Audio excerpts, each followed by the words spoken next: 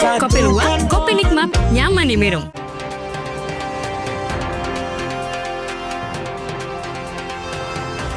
Memasuki hari ketiga upaya pemadaman kebakaran 20 hektar lahan gambut di Ogan Komering Ilir, Sumatera Selatan oleh tim gabungan dan warga tidak mampu mengendalikan kobaran api.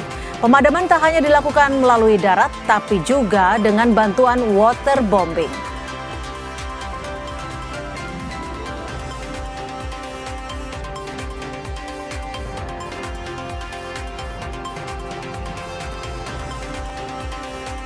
Hakim Pengadilan Negeri Jakarta Selatan menolak gugatan pra-peradilan atas penetapan tersangka Roy Suryo.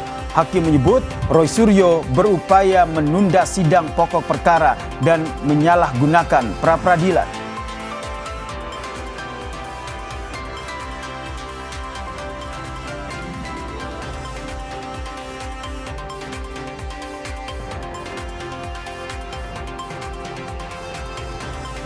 Aksi berbalas serangan terus dilakukan Amerika Serikat dan Iran. Presiden Trump menyebut kemungkinan 3 prajurit Amerika Serikat tewas akibat serangan Iran. Amerika Serikat pun semakin gencar menyerang fasilitas militer Iran.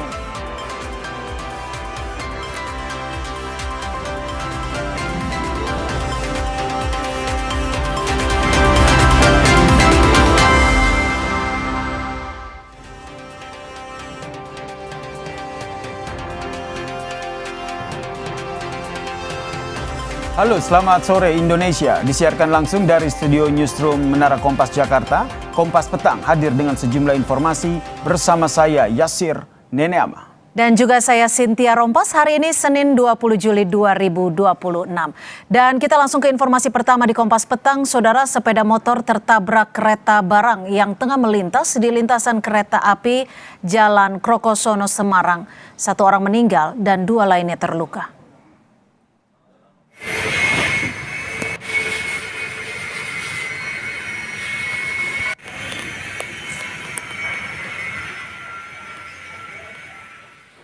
Sepeda motor korban ringsek setelah tertabrak di lintasan kereta api Jalan Krokosono, Semarang. Kecelakaan terjadi saat motor yang dikendarai seorang ayah mengantar kedua anaknya ke sekolah, menerobos pintu pelintasan kereta api yang telah ditutup. Meski petugas sudah berteriak untuk memberikan peringatan, korban tetap melintas. Ketiga korban pun tertabrak kereta hingga terpental ke pembatas jalan. Ketiganya langsung dibawa ke RSUP Dr. Karyadi Semarang. Salah satu anak korban diketahui meninggal dunia. Sementara 2 korban lainnya masih dirawat di rumah sakit.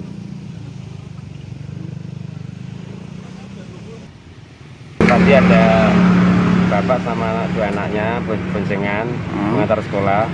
Mungkin terobos sudah ditinggal sama orang. Masih terobos nekat jadi kena itu kereta gitu. Tapi seperti itu. Saudara, aksi komplotan spesialis pencurian mobil niaga di wilayah Bogor, Jawa Barat terekam kamera pemantau. Pelaku terlihat dengan mudah membuka pintu kendaraan dan membawa kabur mobil dari garasi.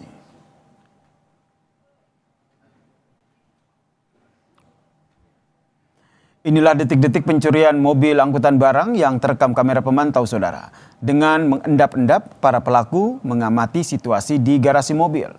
Salah seorang pelaku pun masuk mobil melalui jendela. Akhirnya pelaku bisa menyalakan mesin dan mendorong mobil hingga keluar garasi. Pelaku pun langsung membawa kabur mobil niaga hasil curian mereka.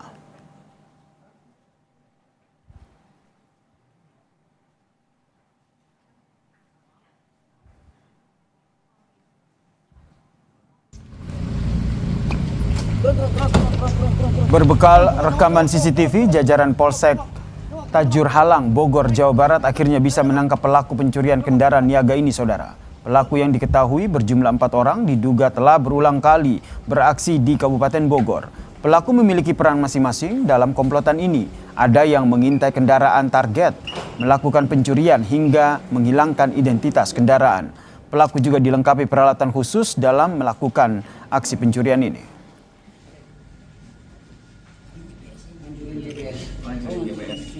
Tersangkanya ada 4, yaitu alias Robi. Pertama itu sebagai pemetik dan residivis juga.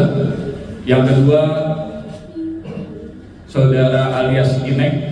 Yang ketiga, saudara alias Maman. Itu dia berperan sebagai memantau situasi. Jadi dia memantau dulu. Saudara, kebakaran lahan gambut di Ogan Komering Ilir, Sumatera Selatan masih belum padam. Petugas melakukan pemadaman melalui udara menggunakan helikopter.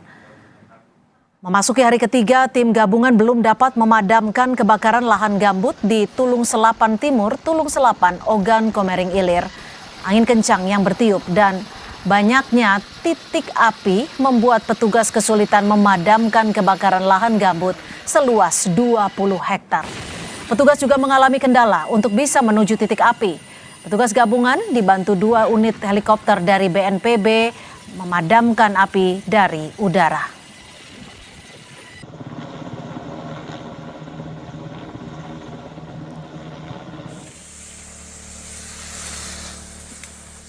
Tak hanya melalui udara, petugas juga memadamkan api dari jalur darat. Petugas gabungan yang terdiri atas tim Manggala Agni Daops Ogan Komering Ilir, BPBD, TNI Polri hingga warga bahu-membahu memadamkan kebakaran di lahan gambut ini. Menurut data yang ada, total kebakaran lahan gambut di wilayah Tulung Selapan Timur, Ogan Komering Ilir mencapai 20 hektar. Petugas menyebut memiliki sejumlah tantangan dalam memadamkan api. Salah satunya, cuaca di lokasi kebakaran lahan yang kurang kondusif.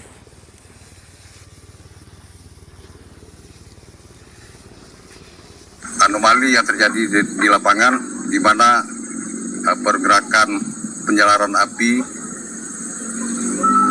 berjalan mundur, sehingga berpotensi menimbulkan titik kebakaran yang baru.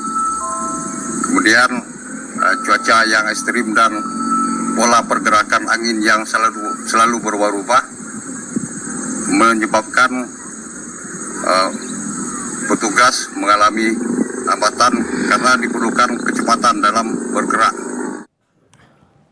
Saudara, kabut asap akibat kebakaran hutan dan lahan mulai menyelimuti kota Banjarbaru, Kalimantan Selatan. Kondisi ini mulai mengganggu aktivitas warga.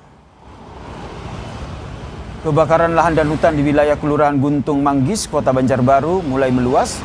Pihak Kelurahan Guntung Manggis pun mengonfirmasi ada 3 titik api besar di hutan di wilayah ini. Cuaca kemarau membuat potensi kebakaran pun rawan terjadi dan meluas. Warga pun mengaku kabut asap mulai terasa pekat, terutama saat pagi hari. Warga mulai mengurangi kegiatan di luar ruangan agar tidak terlalu terpapar kabut asap. Orang tua juga mulai menyiapkan alat pelindung pernapasan seperti menggunakan masker kepada anak-anak mereka saat beraktivitas ke sekolah.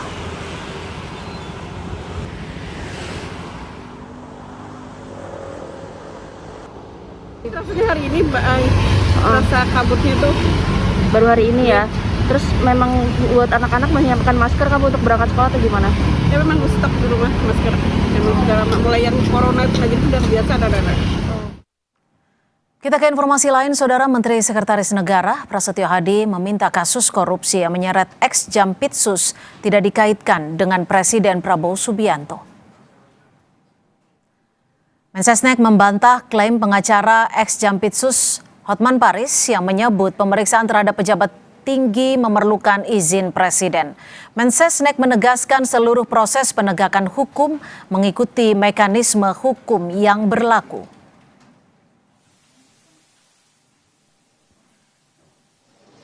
Itu kan kita kembalikan ke proses hukum ya. Jangan dikait-kaitkan juga dengan Bapak Presiden kan. Ya, sepenuhnya kita kembalikan ke mekanisme hukum yang berlaku kan. Tapi kalau pemeriksaan memerlukan izin Presiden, pejabat tinggi itu gimana? Saya rasa klaim Bang Hotman. Ya, saya rasa kembali kepada mekanismenya ya. Saya rasa nggak ada juga.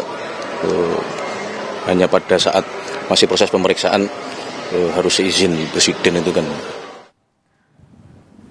Sebelumnya, kuasa hukum ex-Jampitsus Febri Adriansyah, Hotman Paris Hutapea, mengklaim kliennya sebagai sosok berprestasi yang jadi kebanggaan dan tangan kanan Presiden Prabowo karena berhasil memulihkan aset negara dalam jumlah besar. Hotman juga menyinggung soal izin Presiden dalam penetapan tersangka ex-Jampitsus. Bang, foto bang, izin bang, kamera bang, kasih anak foto bre. Dan sudah mengembalikan ke negara 430 triliun. Belum lagi transfer prestasi yang begitu besar yang tidak pernah disentuh sebelumnya. Begitu saja dipermalukan. Ada apa?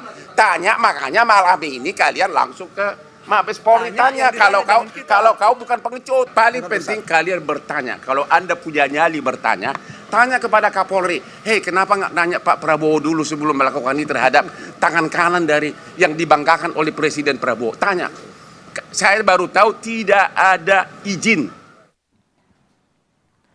Menko Kumham Emipas Yusril Iza Mahendra merespon belum ditahannya mantan Jampitsus Febri Adriansyah. Yusril menjelaskan penyidik memiliki kewenangan menentukan perlu atau tidaknya dilakukan penahanan terhadap seorang tersangka. Menurutnya penahanan didasarkan pada sejumlah pertimbangan yang diatur dalam hukum acara pidana. Karena itu ia menilai keputusan penahanan maupun tidak melakukan penahanan merupakan bagian dari proses penyidikan. Penahanan itu kan disebabkan oleh karena 3 faktor. Karena khawatir yang bersangkutan melarikan diri, yang kedua menghilangkan barang bukti, yang ketiga mengulangi lagi tindak pidana yang dilakukannya. Jadi berdasarkan KUHP baru, ya bisa saja dilakukan penahanan, bisa tidak dilakukan penahanan.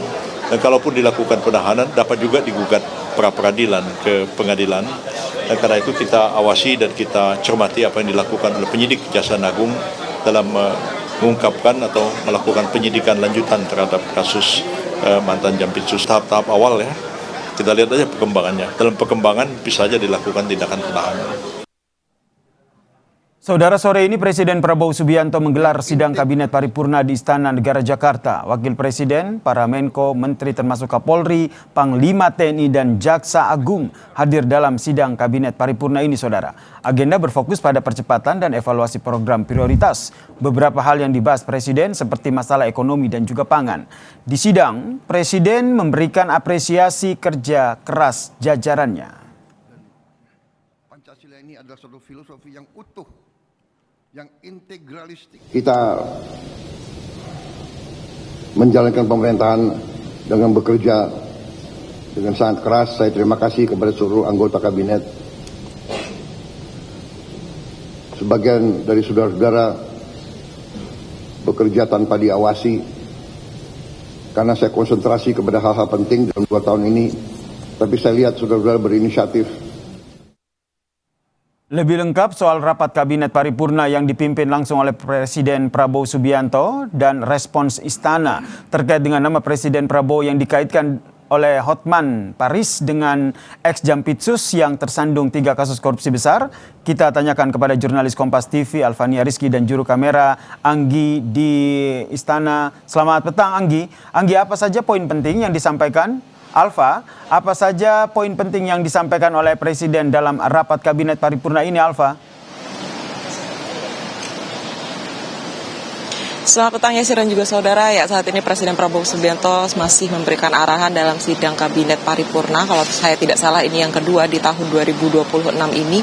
Banyak sekali yang sudah disampaikan oleh Presiden Prabowo Subianto. Ini sudah 1 jam lebih Presiden Prabowo Subianto memberikan taklimat, di mana di 1 jam pertama tadi Presiden Prabowo Subianto mengevaluasi sejumlah program prioritas pemerintah, mulai dari itu MBG, kemudian ketahanan pangan dan energi, dan beberapa hal lain yang kemudian menjadi prioritas pemerintahan Prabowo Gibran saat ini. Tetapi Presiden Prabowo Subianto sebenarnya tidak banyak memberikan hal baru dalam taklimatnya di sidang Kabinet Paripurna hari ini. Ia hanya menekankan bahwa kinerja dari Kabinet Merah Putih harus tetap pada track atau jalur yang sudah ditentukan oleh pemerintah. Artinya program-program prioritas yang kemudian harus dicapai secepat mungkin dan dievaluasi secepat mungkin seperti makan bergizi gratis ini harus dilakukan sesuai dengan track yang sudah dilakukan oleh negara ini, maksudnya oleh pemerintahan Presiden Prabowo Subianto. Tetapi hal lain juga tadi sempat Presiden Prabowo Subianto meminta sejumlah menteri ini membaca susunan capaian capaian kinerja yang sudah dibukukan oleh Presiden Prabowo Subianto, dan ia meminta Kabinet Merah Putih ini membacanya, walaupun ia sempat menyindir ketika buku tersebut belum diterima oleh Kabinet Merah Putih yang hadir dalam sidang paripurna hari ini. Tetapi ia memastikan poinnya adalah pemerintah tetap harus mengerjakan prioritas-prioritas program-program pemerintah walaupun tidak disorot oleh publik. Sama sekali Presiden Prabowo Subianto nampaknya belum menyinggung terkait dengan penegakan hukum yang saat ini juga sedang ramai diperbincangkan publik, ataupun poin-poin lain yang kemudian menjadi pertanyaan publik terkait dengan sikapnya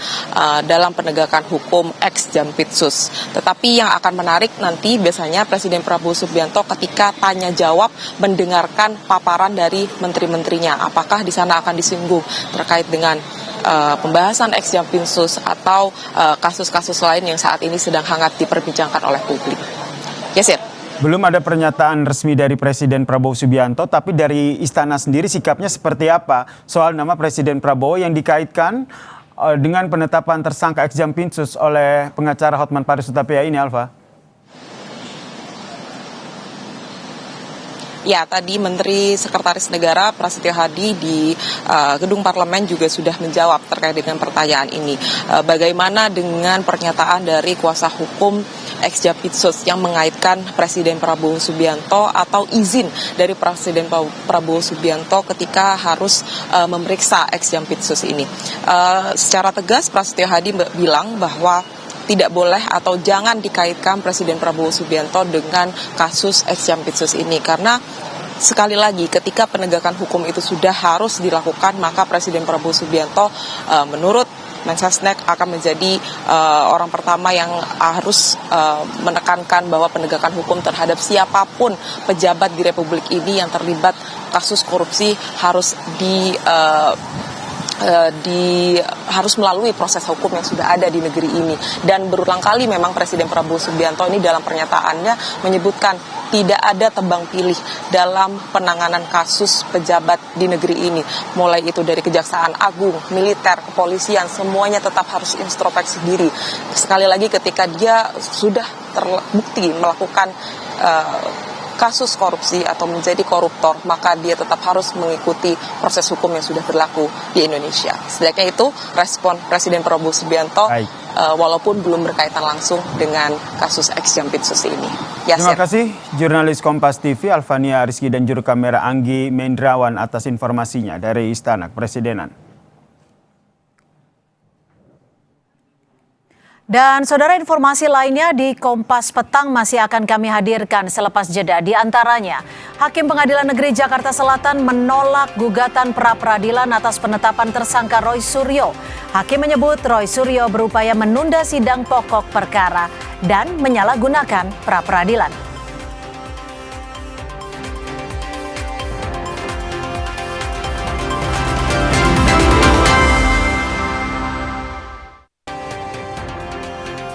Masih bersama saya Cynthia Rompas di Kompas Petang. Saudara, Hakim Pengadilan Negeri Jakarta Selatan menolak permohonan pra-peradilan Roy Suryo terkait penetapan statusnya sebagai tersangka dugaan fitnah dan pencemaran nama baik tudingan ijazah palsu Presiden ke-7 RI Joko Widodo.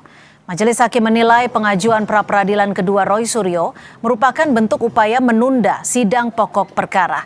Hakim juga mempertanyakan pihak pemohon yang tidak menggunakan hak hukumnya mengajukan pra-peradilan. Usai ditetapkan sebagai tersangka 7 November 2025. Dengan ditolaknya permohonan, Roy Suryo masih berstatus sebagai tersangka kasus dugaan fitnah dan pencemaran nama baik tudingan ijazah palsu Joko Widodo.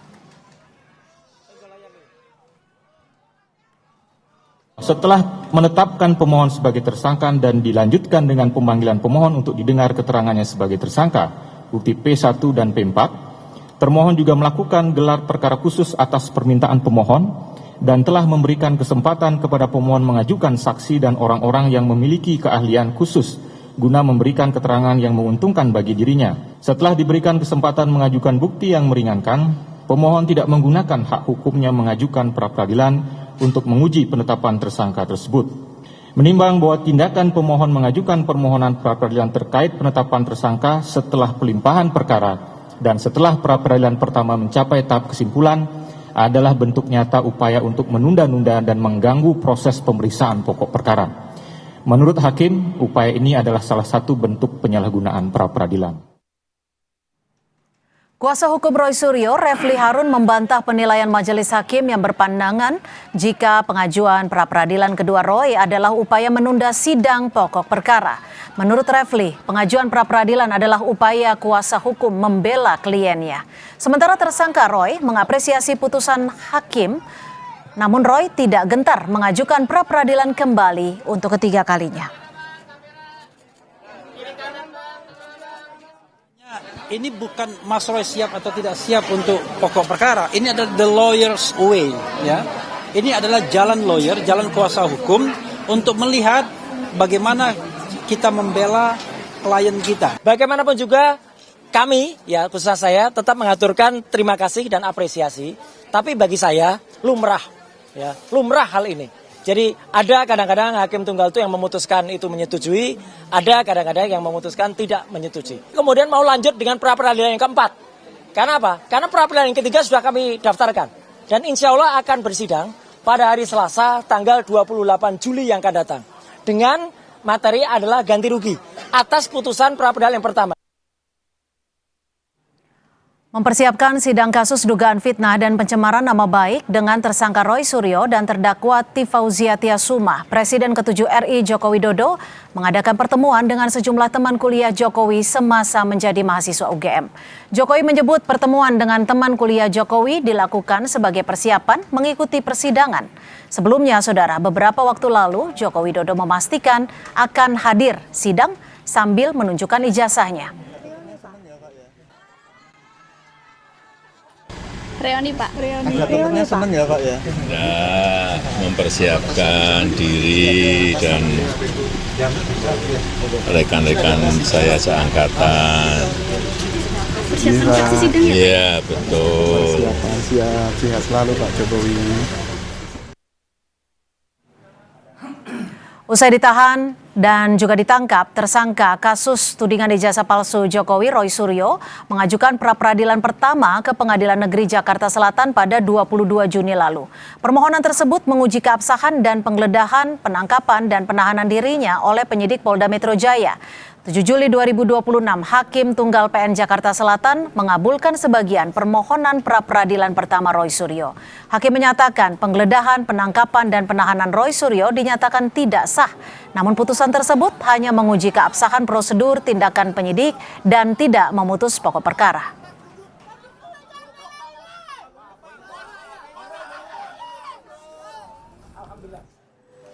Sementara pada 15 Juli 2026, Roy Suryo kembali mengajukan gugatan pra-peradilan ketiga ke PN Jakarta Selatan. Berdasarkan Sistem Informasi Penelusuran Perkara PN Jakarta Selatan, klasifikasi perkara yang diajukan Roy Suryo adalah ganti kerugian.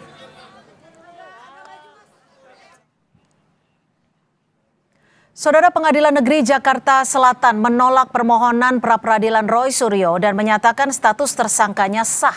Dalam putusannya, hakim juga menilai pra-peradilan tersebut disalahgunakan untuk menunda sidang pokok perkara. Lantas apa dasar pertimbangan hukum di balik putusan ini? Apakah kuasa hukum pra-peradilan memang dilakukan Roy sebagai strategi menunda sidang pokok perkara? Kita bahas bersama kuasa hukum Roy Suryo, Bung Yasena, yang sudah hadir di studio, dan juga Waketum Brigade Rakyat Nusantara Bang Ade Darmawan yang juga sudah hadir di studio. Bang Yasena, saya langsung saja. Hakim menolak seluruhnya pra-peradilan kedua yang diajukan Roy Suryo. Bagaimana Anda melihat putusan ini, dan hakim juga menyebut bahwa pra-peradilan Roy Suryo ini sudah disalahgunakan? Ini sudah diatur dalam KUHP di pasal 158, 164 ya. Itu boleh kita mengajukan pra-peradilan. Jadi kalau misalkan hakim mengatakan itu Roy Suryo menyalahgunakan, itu saya rasa suatu hal yang pendapat hukum saja, pendapat dari hakim saja ya kan. Tadi sudah disampaikan pendapat juga. Subjektif itu? Ya pendapat hakim tunggal kan di situ, ya kan. Nah, tiap hakim itu tidak sama pendapatnya. Nah, kaitan dengan permasalahan ini, Roy Suryo itu dalam perkara pokok memang tidak melepaskan untuk sebagai status tersangka. Kita ini menguji pasal 32 ayat 1 terkait dengan ITE. Itu aja. Nah, tapi kalau dikaitkan dengan masalah untuk membebaskan Roy Suryo, nggak masuk ke sana. Oke, tapi hakim dengan jelas loh menyebut bahwa Roy Suryo menyalahgunakan pra-peradilan untuk menunda sidang pokok perkara. Ya, itu alasannya Pak Hakim itu karena dikira bahwa kita mencicil pasal, ya kan? Sekarang ada pasal 32 ayat 1, nanti ada pasal lagi menyusul, bla bla bla bla, seperti itu. Ya itu silakan aja hakim punya hak, ya hak yang harus didengar putusannya dan harus dipatuhi oleh kita kan gitu. Memang seperti itu putusan hakim gitu kan. Kenapa Bang Ade ketawa-tawa nih? Anda bagaimana membaca dan juga melihat putusan pra-peradilan ini ditolak seluruhnya? Ya, Mbak Cynthia, sebelum putus pun saya sudah menyampaikan di Kompas bahwa ini ibarat mencicil panci sama tukang kredit. Kreditnya di mana? Yaitu pasal 32, 35. Padahal kita tahu Mbak Cynthia bahwa pasal 32 dan 35 itu jelas, ya kan, spesialis. Artinya tidak bisa secara parsial. Dia harus utuh. Misalkan katakanlah pasal 32, 35 itu Undang-Undang ITE. Nah, harusnya utuh kan? Nah, di sini dilihat niatnya. Sehingga hakim ini kan bukan patung. Hakim ini adalah terpilih sebagai hakim bukan karena jadi menurut Anda niatnya apa dong? Niatnya yang mengulur-ngulur waktu. Kalau memang mau, katakanlah begini, ini sebenarnya bisa dibagi 2 klaster saja. KUHAP, aturan apa yang diterapkan, katakanlah begitu, yang dikomplain, ya 310, 311, itu satu rangkaian. Jadi kemudian lex spesialis satu rangkaian. Menyarankan hukum nih ya? Bukan menyalahkan hukum. Sesuatu yang tidak diatur. Menyarankan maksud saya? Saya menyarankan kepada beliau, teman-teman, bahwa ini kan cukup 2 klaster saja, cukup. Kemudian kalau ada dimenangkan, nah katakanlah ini dimenangkan, ada yang putusan kemarin terkait HAN dan lain, itu kan administrasi. Nah, apakah dia ditahan selama berhari-hari? Nah, yang bisa kita lakukan adalah menggugat sesuatu ketika kemudian itu memang terjadi pelanggaran HAM di situ. Tetapi kalau due process of law, dia tidak bisa dikatakan pelanggaran HAM. Ada proses lidik, ada proses sidik, kemudian penetapan tersangka. Jadi menurut Anda permohonan Roy Suryo ini memang tidak relevan sejak awal? Dari awal saya sampaikan bahwa ini tidak relevan. Tetapi itu kita kembalikan kepada hakim. Kalau hakim menilainya bahwa ini betul-betul tidak relevan, berarti sepemikiran para penegak hukum. Kan itu yang harus kita Jadi kalau di sini saya lihat penafsiran hakim ini, jadi terkait dengan permohonan pra-peradilan bahwa itu hanya dianggap mencicil pasal. Sebetulnya di sini kalau dari kami ya, di sini mohon maaf pra-peradilan itu jadi hakim sendiri tidak mempertimbangkan ya pokok permohonan kami juga tidak mempertimbangkan jawaban dari termohon maupun hakim itu sendiri, lebih kepada penafsiran hakimnya itu sendiri, sehingga mengatakan tadi seolah-olah bahwa pasal yang diajukan itu dicicil. Nah, itulah yang keluar seperti itu akhirnya. Ya, tapi memang itulah hukum. Itulah kewenangan daripada Mahkamah Yudisial kita. Artinya dari 3 pilar kan jelas tuh. Yudisial memiliki kewenangan itu. Gitu loh. Tapi kalau kita bicara soal cicil-mencicil, ini kan juga sudah disampaikan bahwa sudah masuk ya yang pra-peradilan ketiga. Perkaranya ganti kerugian. Dan bahkan tadi Mas Roy juga menyebutkan ada kemungkinan untuk pra-peradilan keempat. Berarti membuktikan dong bahwa misalkan ada upaya mencicil pasal yang ada.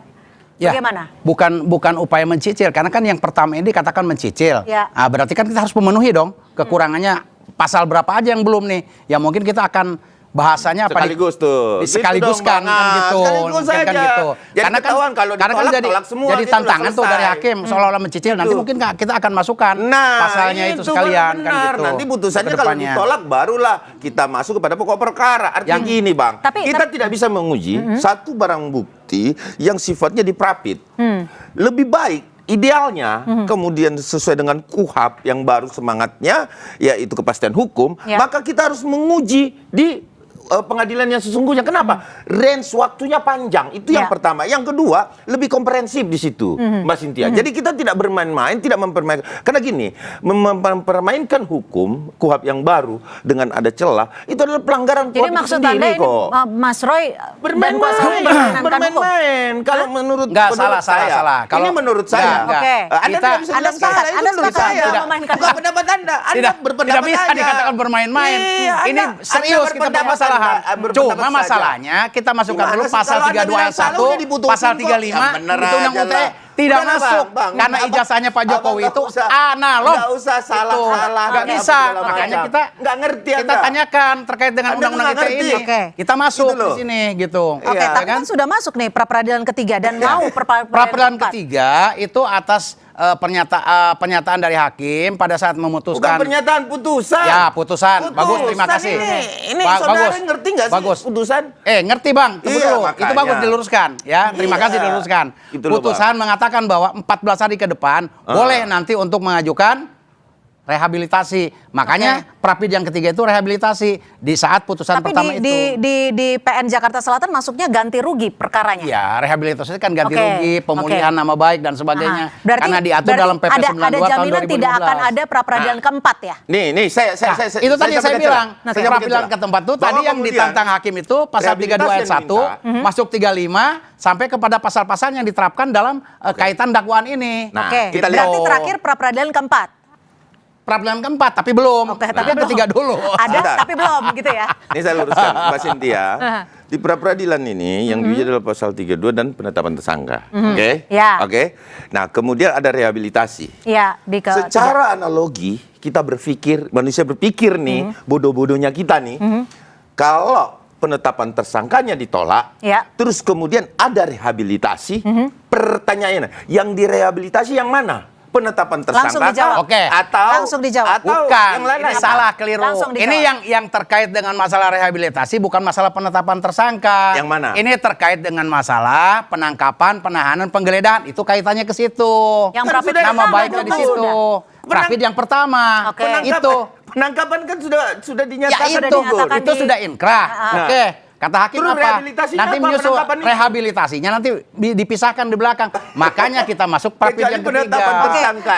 Secara analoginya gini, ketika itu berkaitan dengan pra peradilan pertama, kenapa sebagai tim kuasa hukum tidak mengusulkan pra peradilan ketiga waktu itu dimasukkan di yang pertama saja supaya menghemat waktu gitu? Karena begini, pada saat berjalan pra peradilan pertama, pra peradilan kedua terkait dengan pasal 32 ayat 1 udah masuk. Gitu loh, udah masuk. Jadi sebelum ada strateginya ya, ketika sama seperti strateginya ya, karena sekarang pra peradilan kedua masuk sidang, pra peradilan ketiga sudah masuk. Nanti ketika pra peradilan ketiga masuk sidang, pra peradilan keempat masuk. Bagaimana Anda melihat ini strategi hukum dari tim kuasa hukum? Strategi hukum. Upaya mengulur-ngulur waktu dan bermain-main. Itu diatur dalam pasal 1 kan udah disampaikan kepada yang mulia. Ya itu disampaikan yang mulia, tapi terkait dengan pasal 32 ayat 1. Sebentar dulu Bang.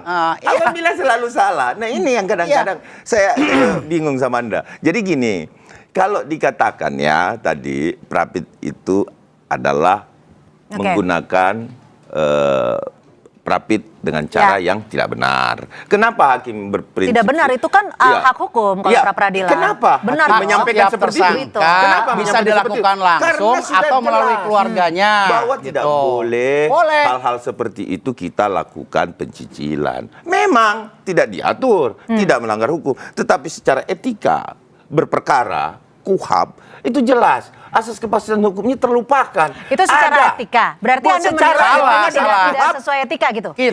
Kita masa dibagi-bagi antara lex spesialis. Ada nggak pembatasannya bahwa kita harus mengajukan satu kali pra peradilan? Ada nggak? Tunggu dulu. Ada nggak dibatasi bahwa kita mengajukan pra peradilan sekali? Menyalahgunakan itu jawab dulu. Tapi ada nggak pembatasannya? Coba saya mau nanya. Pra peradilan boleh nggak dibatasi?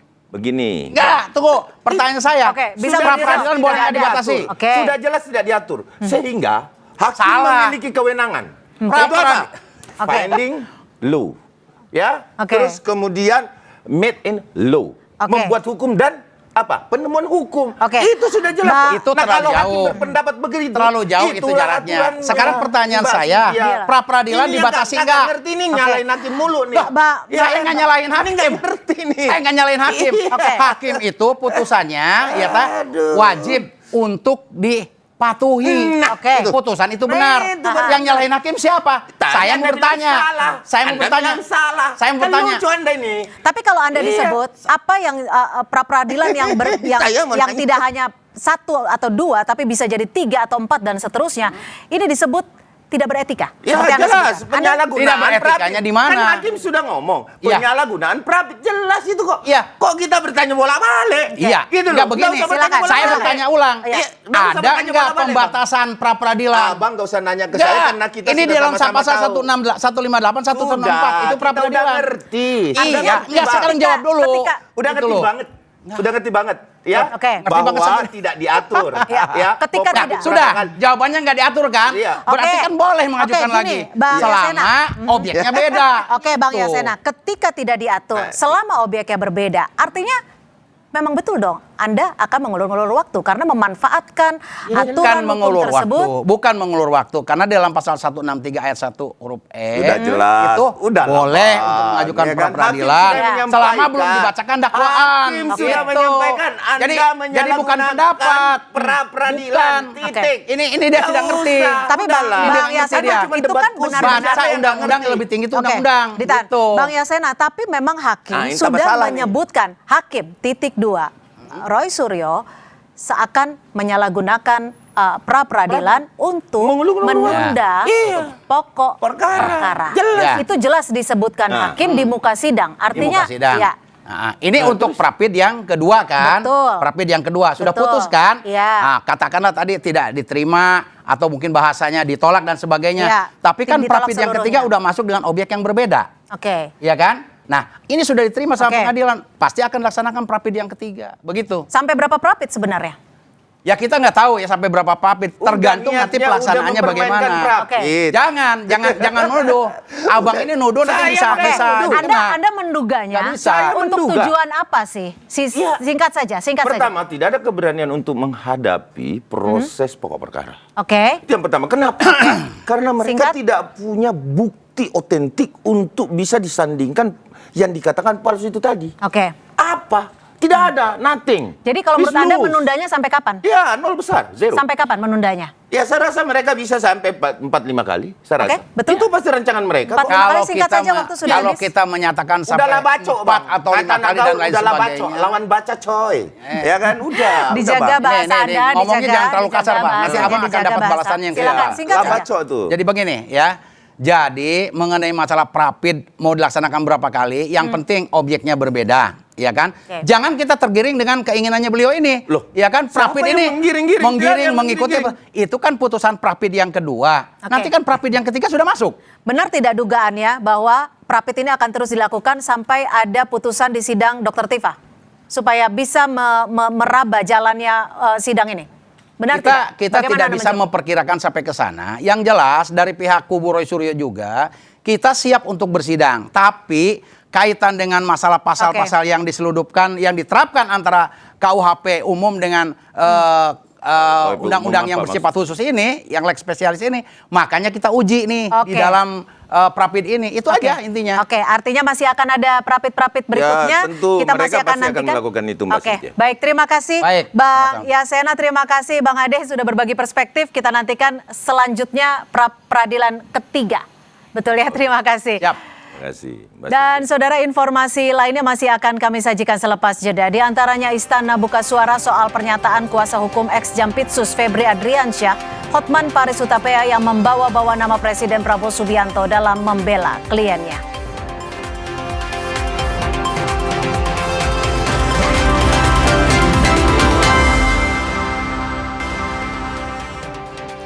Kami lanjutkan informasi di Kompas Petang. Saya Yasir Neneama, juru bicara Partai Gerindra sekaligus Wakil Ketua Komisi 2 DPR RI Bahtera Banong menegaskan tidak ada aturan hukum yang mewajibkan aparat penegak hukum meminta izin Presiden untuk menetapkan status tersangka atau menangkap mantan Jampitsus Kejaksaan Agung Febri Adriansyah. Bahtera Bandung menegaskan bahwa proses hukum dan penindakan aparat penegak hukum sepenuhnya berada di wilayah yudisial sehingga tidak memerlukan laporan atau izin khusus dari Presiden Prabowo Subianto. Gerindra pun meminta agar urusan teknis operasional penegakan hukum tidak dipolitisasi atau dibawa-bawa ke ranah istana.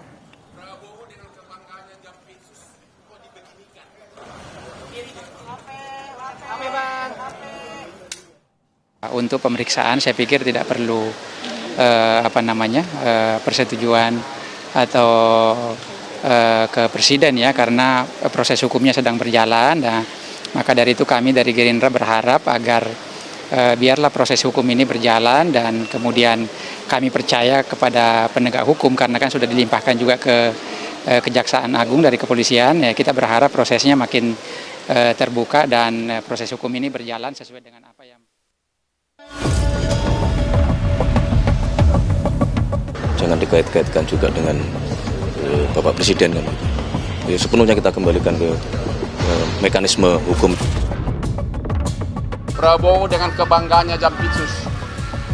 Prabowo dengan kebanggaannya Jampitsus kok dibeginikan. Istana buka suara soal pernyataan kuasa hukum ex Jampitsus Febri Adriansyah, Hotman Paris Hutapea, yang membawa-bawa nama Presiden Prabowo Subianto dalam membela kliennya. Menteri Sekretaris Negara Prasetyo Hadi menegaskan agar proses hukum mantan Jampitsus tidak dikaitkan dengan Presiden Prabowo Subianto. Penanganan kasus diserahkan sepenuhnya pada mekanisme hukum yang berlaku tanpa intervensi politik. Febri Adriansyah itu kebanggaannya Pak Prabowo. Minta dikaji katanya proses hukumnya, tanggapan istana mungkin Mas Pras? Ya, itu kan kita kembalikan ke proses hukum ya. Jangan dikait-kaitkan juga dengan Bapak Presiden kan. Ya, sepenuhnya kita kembalikan ke mekanisme hukum yang berlaku kan. Tapi kalau pemeriksaan memerlukan izin Presiden, pejabat tinggi itu gimana? Saya rasa, Klaim ya saya rasa kembali kepada mekanismenya ya. Saya rasa nggak ada juga. Hanya pada saat masih proses pemeriksaan harus izin presiden itu kan. Pernyataan Hotman Paris ini menjadi sorotan lantaran menyeret nama Presiden Prabowo Subianto. Sambil menunjukkan sejumlah foto Febri Adriansyah dan Presiden Prabowo, Hotman bilang kliennya sebagai sosok berprestasi yang menjadi kebanggaan dan tangan kanan Presiden Prabowo karena berhasil memulihkan aset negara dalam jumlah besar. Foto tersebut menampilkan momen saat Febri Adriansyah berinteraksi langsung dengan Presiden Prabowo Subianto dalam kapasitasnya sebagai Ketua Satgas Penertiban Kawasan Hutan PKH. Saat itu, Satgas PKH yang dipimpin Febri menyerahkan denda administratif tahap kelima sebesar 10,27 triliun rupiah dari total pemulihan aset senilai 300 triliun rupiah dari penertiban hutan dan 130 triliun rupiah dari penyelamatan kerugian negara. Kebanggaan dari ini, dia tidak foto ini, kebanggaan dari Presiden. Dan sudah mengembalikan ke negara 430 triliun. Belum lagi transfer prestasi yang begitu besar yang tidak pernah disentuh sebelumnya. Begitu saja dipermalukan. Ada apa? Tanya, makanya malam ini kalian langsung ke Mabes Polri tanya. Kalau kau bukan pengecut, paling penting kalian bertanya. Kalau Anda punya nyali bertanya, tanya kepada Kapolri. Hei, kenapa nggak nanya Pak Prabowo dulu sebelum melakukan ini terhadap tangan kanan dari yang dibanggakan oleh Presiden Prabowo? Tanya. Saya baru tahu tidak ada izin. Peneliti Pusat Kajian Anti Korupsi Pukat UGM, Zainur Rohman, menyatakan alasan berprestasi bahkan sempat jadi kebanggaan, tidak bisa jadi alasan untuk lepas dari jerat hukum. Mengatakan bahwa kliennya sangat berprestasi dalam pemberantasan korupsi, bahkan menjadi andalan presiden di dalam mengungkap perkara-perkara korupsi yang besar maupun mengembalikan kerugian keuangan negara termasuk juga di dalam Satgas PKH. Demikian, yang pertama bahwa alasan prestasi tersebut tidak sama sekali menghilangkan unsur melawan hukum, tidak dapat menjadi alasan pembenar, tidak dapat menjadi alasan pemaaf. Pengusutan 3 kasus dugaan korupsi dan TPPU yang menyeret mantan Jampitsus Febri Adriansyah saat ini sepenuhnya berada di tangan Kejaksaan Agung setelah penyelidikannya dilimpahkan dari Kortas Tipikor Polri. Publik tentunya berharap Kejaksaan Agung mampu menyelidiki kasus ini dengan profesional dan transparan. Tim Liputan, Kompas TV.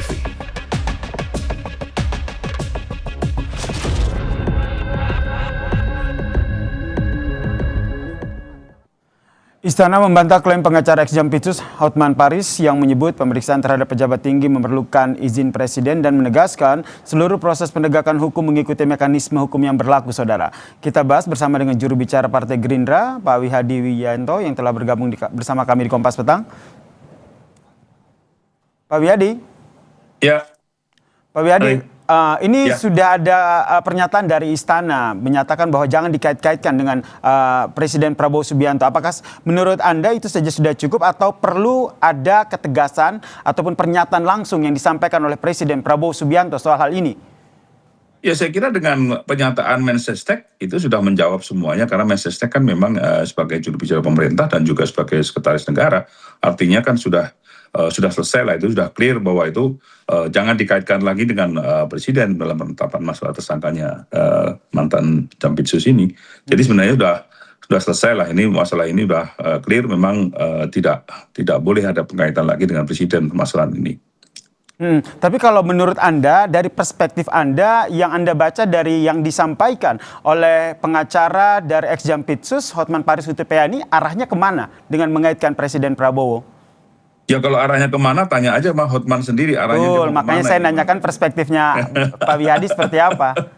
Iya, ya saya kira ini kan sesuatu hal yang tidak diatur dalam KUHP, dan juga ini mengarang-arang saja kalau saya lihat kan, karena Hotman ini kan kalau kita lihat bahwa sebagai penasihat hukum, sebagai pengacara senior, tentunya sudah paham mengenai masalah KUHP yang baru pun seperti apa pengaturan mengenai masalah penetapan tersangka, dan mekanisme hukumnya ini kan dari dulu sampai sekarang itu kan sudah tidak ada suatu perubahan yang signifikan. Memang penetapan tersangka dan kemudian kalau kaitan ini dengan aparat negara dan segala macam itu kan sesuatu hal yang memang sudah sesuai dengan aturan hukum yang ada, dan saya kira semua daripada praktisi hukum yang semua kalau bicara mengenai masalah hukum tata beracara itu sudah pasti bahwa tidak ada campur tangan yang harus minta izin untuk menetapkan tersangka, itu kan tidak ada seperti itu. Berarti sudah clear begitu ya dari Gerindra sendiri ya. Jangan perlu dikaitkan dengan Presiden Prabowo Subianto terkait dengan kasus ini. Saya juga ingin minta pandangan dari Pak Wihadi ini terkait dengan penanganan kasus ex-Jampitsus ini, karena hingga saat ini ex-Jampitsus sendiri belum ditahan dan akhirnya publik juga bertanya-tanya. Ya, proses ini kan sudah kita ketahui bersama bahwa dari kepolisian sudah menyerahkan kepada kejaksaan, dan itu pun sekarang proses sedang di kejaksaan, dan saya kira kemarin juga sudah ada penetapan tersangka dari tersangka yang lain, dan sudah ada penahanan, dan saya kira pemeriksaan itu kan terus berjalan. Kita masih menunggu proses karena kasus ini kan mesti harus ada pembuktian dan juga segala semuanya, saksi-saksi, keterangan saksi kan harus dikumpulkan semua.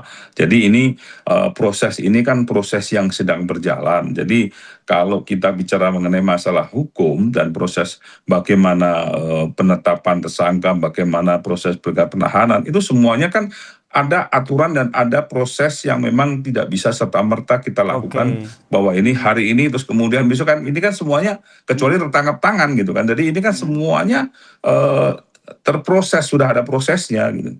Dan menurut Pak Wihadi, mewakili Gerindra, ini sudah on the right ya, sudah sesuai dengan proses hukum yang berlangsung, dilimpahkan, diserahkan ke kejaksaan untuk dilanjutkan penyidikannya ya? Ya, saya kira ini sudah ada aturannya, sudah the right track, dan kita juga tahu bahwa Komisi 3 sendiri pun sudah membentuk panja dalam pengawasan perkara ini, dan tentunya ini kita serahkan bersama karena semuanya dari DPR sendiri dengan Komisi 3 sebagai komisi hukum itu sudah mengawasi dan sudah juga melakukan pemantauan terhadap kasus ini. Jadi saya kira ini sudah berjalan sesuai dengan aturan lah. Sehingga juga bisa menjawab kekhawatiran publik begitu, tidak transparansinya pengusutan kasus ini dengan adanya panja yang dibentuk oleh Komisi 3 itu. Menurut Anda itu saja sudah cukup?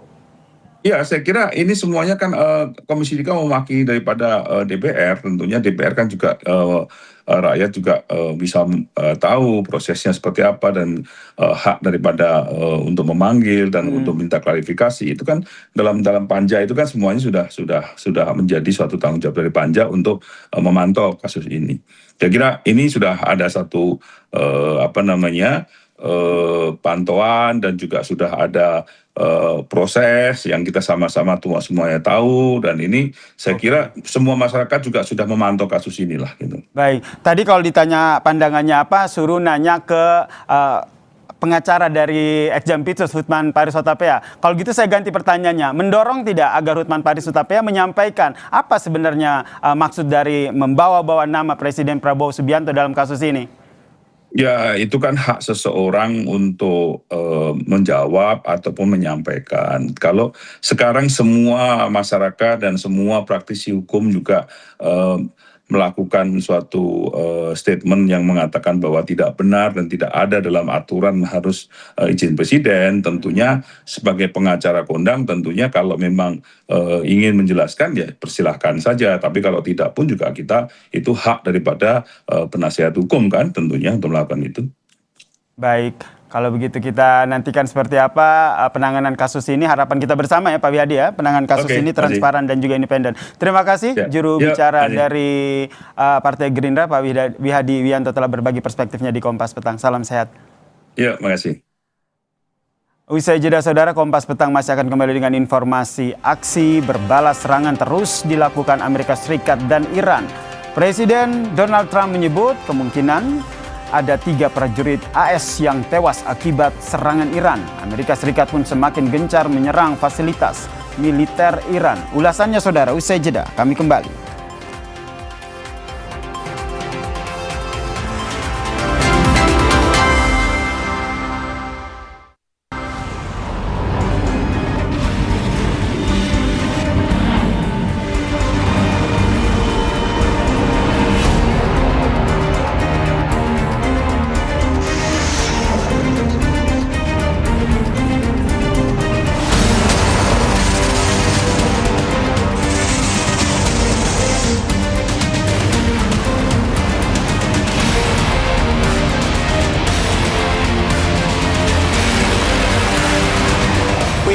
Again tonight, and we did that in honor of the probably 3, it's probably 3 as opposed to 2 great patriots.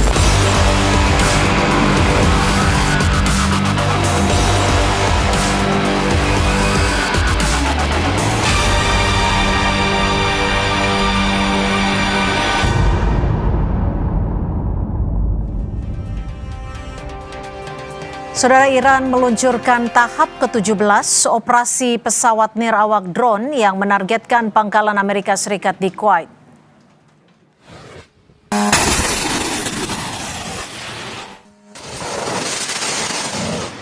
Serangan ditujukan terhadap gudang amunisi di Camp Adairi serta sistem radar Patriot dan gudang peralatan serta personel di Pangkalan Udara Ali Al-Salem. Iran menyebut serangan tersebut merupakan tanggapan langsung terhadap kejahatan AS di wilayah sipil dan pelanggaran perjanjian internasional. Sirine peringatan serangan udara berbunyi di Kuwait, sementara Angkatan Bersenjata Kuwait melaporkan bahwa sistem pertahanan udara telah mencegat rudal musuh yang memasuki wilayah udara negara tersebut.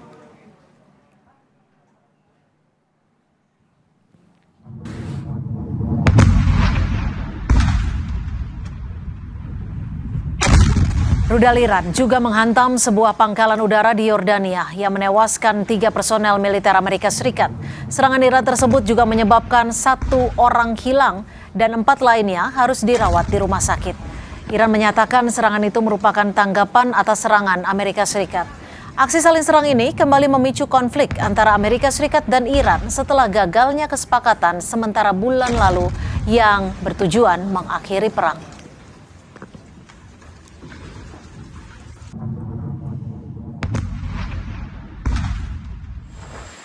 Amerika Serikat melancarkan serangkaian serangan udara baru pada Senin dini hari yang menargetkan Iran sebagai balasan atas tewasnya 3 personel militer AS.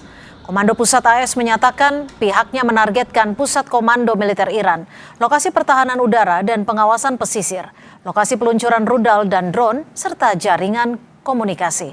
Serangan terbaru ini kembali memperlihatkan bagaimana AS dan Iran perlahan semakin mendekati perang terbuka seiring gagalnya kesepakatan sementara bulan lalu yang bertujuan mengakhiri pertempuran secara permanen.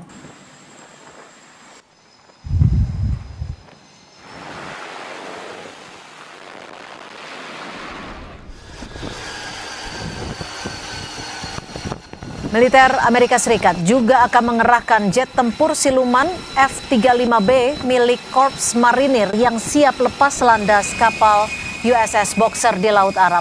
Rekaman yang dirilis Senkom memperlihatkan sebuah pesawat bergerak di geladak penerbangan sebelum lepas landas. USS Boxer merupakan kapal yang dikerahkan bersama unit ekspedisi Marinir ke-11.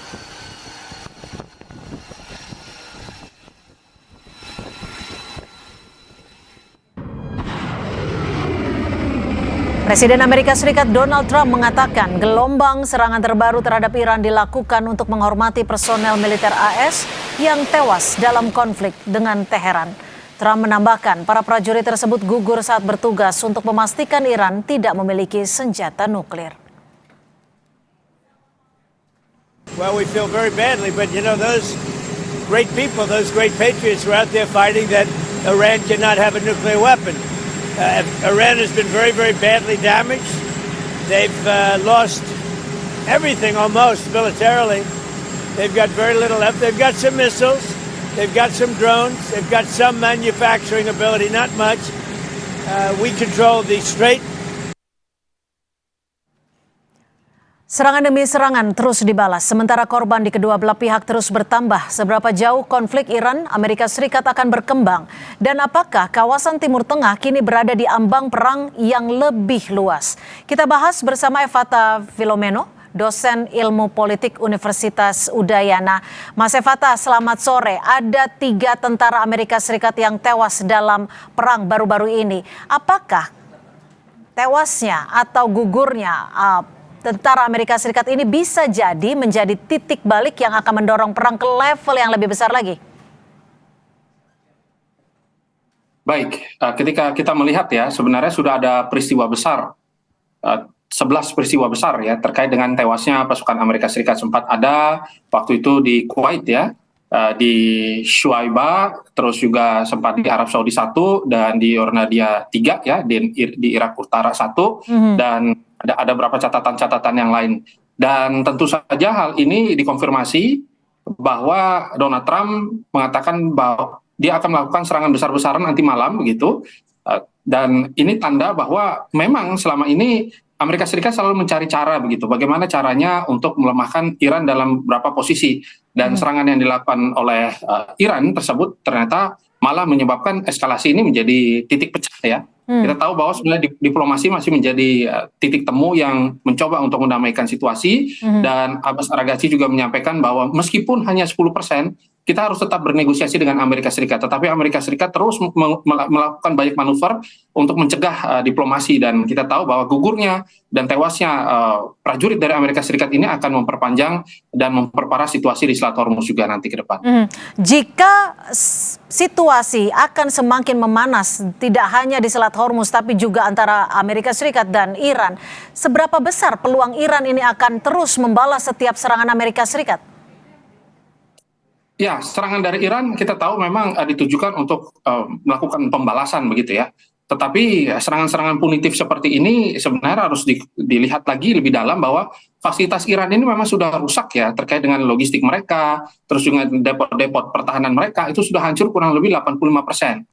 Maka serangan-serangan yang mereka bisa lakukan adalah serangan-serangan simbolik begitu. Meskipun tentunya ini akhirnya menyebabkan tewasnya dari pasukan Amerika Serikat, tetapi kehancuran yang diciptakan oleh Amerika Serikat dengan serangan berapa malam ya, hingga nanti mungkin masuk ke malam ke-9 dan masuk ke malam ke-10, tentu ini jauh lebih parah gitu. Ada 170 titik, terus Amerika juga akan melakukan serangan dengan pesawat tempur canggih mereka lagi ya, otomatis pengeboman demi pengeboman, jalur-jalur logistik yang selama ini harusnya menjadi nadi kekuatan dari Iran ini sendiri malah lumpuh total. Nah, maka serangan ini harus dibaca hati-hati oleh Iran gitu. Ketika mereka ingin mendeeskalasi, harusnya hal tersebut mulai muncul, dan kita tahu bahwa Amerika Serikat juga sudah membuka ruang diplomasi yang cukup besar. Tetapi apakah ini ditangkap dengan sangat baik, ataukah mereka ingin melakukan serangan total gitu, atau perang total ke depannya? Dan kecurigaan bahwa nanti Amerika akan melakukan invasi darat bisa saja semakin dekat. Saya lihatnya demikian. Berapa persen sebenarnya kemungkinan invasi darat akan dilakukan Amerika Serikat jika kita melihat eskalasi belakangan ini, Mas Evata? Ya, kita melihat bahwa pasukan Amerika ya yang berada di wilayah Timur Tengah ini datanya memang itu kurang lebih 50.000. Tetapi dengan peningkatan eskalasi seperti ini tentunya hal tersebut terlihat dari banyaknya intensitas kapal perang mereka yang melintas ya. Kurang lebih sekitar sekarang yang kalau terdata itu ada 24, dan itu semuanya membawa pasukan begitu. Maka hal-hal seperti ini membuktikan bahwa Amerika Serikat sebenarnya sudah secara presisi melakukan pelemahan-pelemahan. Pertama, mereka melakukan pelemahan di wilayah pesisir. Ini kan tanda gitu, wilayah radar-radar dari Iran mereka lemahkan. Nanti kalau misalkan mereka melakukan operasi serangan darat, maka tidak akan begitu sulit. Dan pesawat tempur digunakan untuk menghantam wilayah-wilayah yang berada tepat di pusat pemerintahan dan juga di wilayah-wilayah depot-depot pertahanan dari Iran itu sendiri. Dan ini juga tidak lepas karena Amerika tahu bahwa Iran memang tidak bisa diajak negosiasi. Iran memang harus diminta untuk mendeklarasikan bahwa mereka kalah secara total. Maka dengan adanya operasi invasi secara darat ini justru akan memperbesar kemenangan dari Amerika. Meskipun itu adalah opsi yang terburuk, dan kayaknya Amerika tidak dalam waktu dekat melakukan hal tersebut, tergantung nanti dari dorongan Israel itu sendiri. Ya, Mas Evata, jika ada kemungkinan invasi darat yang dilakukan Amerika Serikat terhadap Iran, kemudian tadi Anda menyebutkan juga ada fasilitas Iran yang memang sudah rusak bahkan sekitar 80%. Apakah Iran masih memiliki kapasitas militer yang cukup kuat untuk mempertahankan perang dalam jangka panjang ataupun melawan Amerika Serikat melalui invasi darat ini? Ya, tentu kalau secara propaganda kita akan melihat bahwa sebenarnya Iran mampu meregenerasi kekuatan militer mereka. Itu mereka juga tidak mudah menyerah begitu. Akan tetapi pada kenyataannya itu Amerika justru terus ya memaksa Iran untuk menguras biaya perang mereka. Itu kita tahu bahwa Iran ini mengalami kelangkaan air. Iran juga mengalami kondisi yang cukup pelik. Nilai rial itu di pasar gelap maupun di pasar secara total begitu jatuh, anjlok ya, dan juga perekonomian mereka yang sudah tercekik lama begitu. Dan kita lihat juga bahwa ternyata ketika Iran mau melakukan sesuatu dipelototi juga oleh India dan juga Cina begitu, yang memiliki kepentingan di Selat Hormuz, karena Selat Hormuz ini membawa 20% energi bagi dunia. Maka posisi Iran yang serba salah ini membuat mereka juga kesulitan gitu untuk bertahan hari ini begitu. Maka ini yang sebenarnya dibaca sangat baik oleh intelijen Amerika, dan mereka melakukan tekanan demi tekanan untuk membuat posisi Iran menjadi sangat tidak terkendali begitu di dalam tubuh dalam negeri mereka ataupun dalam diplomasi internasional. Akhirnya Iran terikut dalam arus-arus yang dikendalikan oleh Amerika. Takutnya begitu. Oke, ketika MOU ataupun upaya perdamaian sempat dilakukan, bahkan bisa dikatakan kita hampir menduga bahwa akan ada kata damai, tapi kenyataannya saat ini berbeda. Apakah menurut Anda sendiri ini situasinya sudah tidak terkendali, Mas Evata? Ya, itu dia. Pertama, bahwa memang pengendalian politik di dalam tubuh Iran ini tuh tidak terkonsentrasi dengan baik lagi ya. Awalnya kan kita melihat bahwa ketika serangan demi serangan, true promise ya, yang akhirnya namanya berubah ya, terus dengan pola-pola yang begitu sangat ciamik. Tetapi dalam kenyataannya begitu, posisi daya tawar ya di dalam tubuh politik Iran ini menjadi carut marut begitu, sehingga basis-basis otonom ya, pasukan IRGC ini melakukan retaliasi tanpa koordinasi begitu. Nah, ketika mereka melakukan serangan tersebut, dampaknya itu kan sangat buruk bagi negosiasi ke depan. Nah, ini yang sebenarnya diharapkan dengan sangat baik oleh bukan hanya kaum moderat ya, tetapi perpolitikan di dalam negeri Iran gitu, bahwa perang ini harus segera selesai. Dan kita tahu bahwa diplomasi yang kemarin ini membawa kita pada satu kelegaan dan relaksasi yang clear begitu. Dan Iran juga tahu bahwa tidak mungkin mereka melakukan serangan yang begitu sangat besar ya dengan Amerika Serikat. Tetapi serangan yang muncul ini adalah serangan yang bisa saja ya, sebenarnya kan ada beberapa titik yang tidak merupakan serangan dari Iran, tetapi diklaim oleh Amerika adalah serangan dari Iran begitu. Nah, ini fakta bahwa Amerika terus mencari kambing hitam. Amerika melakukan banyak manuver untuk memperbolehkan mereka melakukan serangan agar mereka terlepas dari sanksi internasional gitu. Nah inilah merupakan situasi yang cukup pelik, dan situasi ini tampaknya terkooptasi oleh negara-negara yang punya kepentingan ya untuk mengacaukan harga pasar, harga minyak, dan juga terkait dengan sekuritas yang berada. Oke, Mas Efata, singkat saja, kita tahu bahwa Iran kerap menggunakan strategi perang asimetris. Lalu apakah strategi Iran saat ini lebih mengandalkan perang langsung atau justru perang melalui kelompok-kelompok sekutunya di kawasan, Mas Efata? Singkat saja. Ya, sebenarnya harapan dari Iran adalah nanti ke depannya ya Lebanon juga melakukan agresivitas di wilayah utara ya. Akan tetapi tentu Lebanon ya dengan terus dengan Yaman juga ada Houthi ya, dan juga ada beberapa milisi Irak juga ya, Hizbullah maksud saya tadi, Hizbullah ya di wilayah Lebanon, ternyata semua tidak terkoordinir dengan sangat baik begitu. Hal ini tidak pas karena serangan-serangan yang dilakukan kadang justru malah memicu dan juga membuat situasi Iran semakin buruk begitu. Awalnya kita melihat perang ini masih berada pada posisi yang ya mungkin berapa persen itu Iran bisa melakukan serangan balik. Tetapi dalam kondisi hari ini gitu, ketika justru Amerika Serikat yang menggunakan war of aggression, ini tanda bahwa strategi dari Iran itu dikopi oleh Amerika, dan Amerika tahu bahwa Iran akan kehabisan darah ke depannya begitu. Maka tampaknya kali ini akan sangat sulit bagi Iran untuk bertahan. Baik, terima kasih atas perspektif Anda, Mas Efata Filomeno, dosen ilmu politik Universitas Udayana, sudah berbagi perspektif di Kompas Petang. Selamat sore, Mas Efata. Terima kasih. Selamat sore, Mbak. Saudara, 3 pemain Spanyol meraih penghargaan individu Piala Dunia 2026. Gelandang sekaligus kapten timnas Spanyol, Rodri, meraih penghargaan pemain terbaik turnamen setelah tampil konsisten sepanjang kompetisi.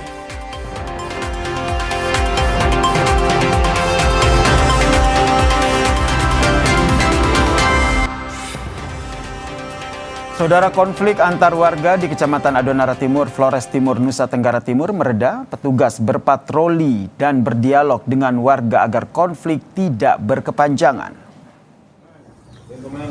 Rumah-rumah yang rusak dan hangus terbakar ini menjadi saksi kerusuhan warga di perbatasan 2 desa, yaitu Desa Bele dan juga Desa Lewonara di Adonara Timur, Flores Timur. Personel gabungan dikerahkan untuk berpatroli secara bergilir guna mencegah munculnya bentrokan susulan. Bakar pukul.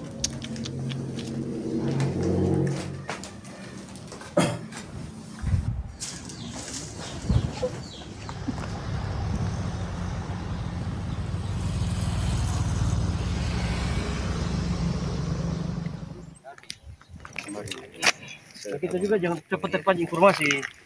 Oke lah, kita jangan. Informasi lainnya,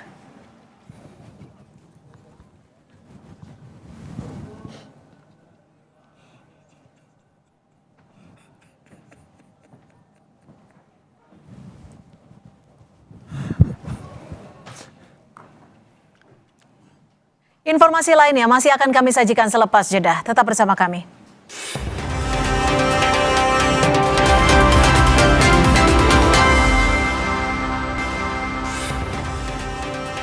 Saudara, sepeda motor tertabrak kereta barang yang tengah melintas di lintasan kereta api Jalan Krokosono, Semarang. 1 orang meninggal dan 2 lainnya terluka. Sepeda motor korban ringsek setelah tertabrak di lintasan kereta api Jalan Krokosono, Semarang. Kecelakaan terjadi saat motor dikendarai seorang ayah yang mengantar kedua anaknya ke sekolah menerobos pintu perlintasan kereta api yang telah ditutup.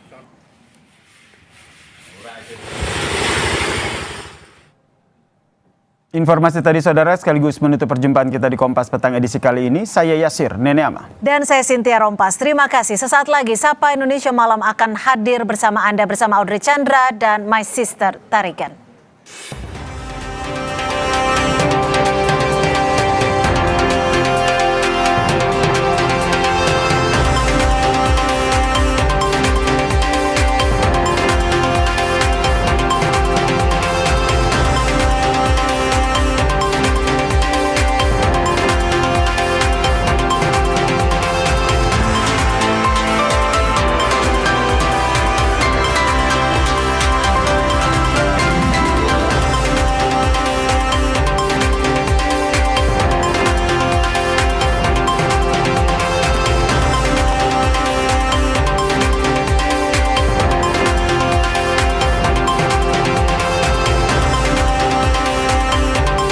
Terima kasih Anda telah menyaksikan Kompas Petang. Didukung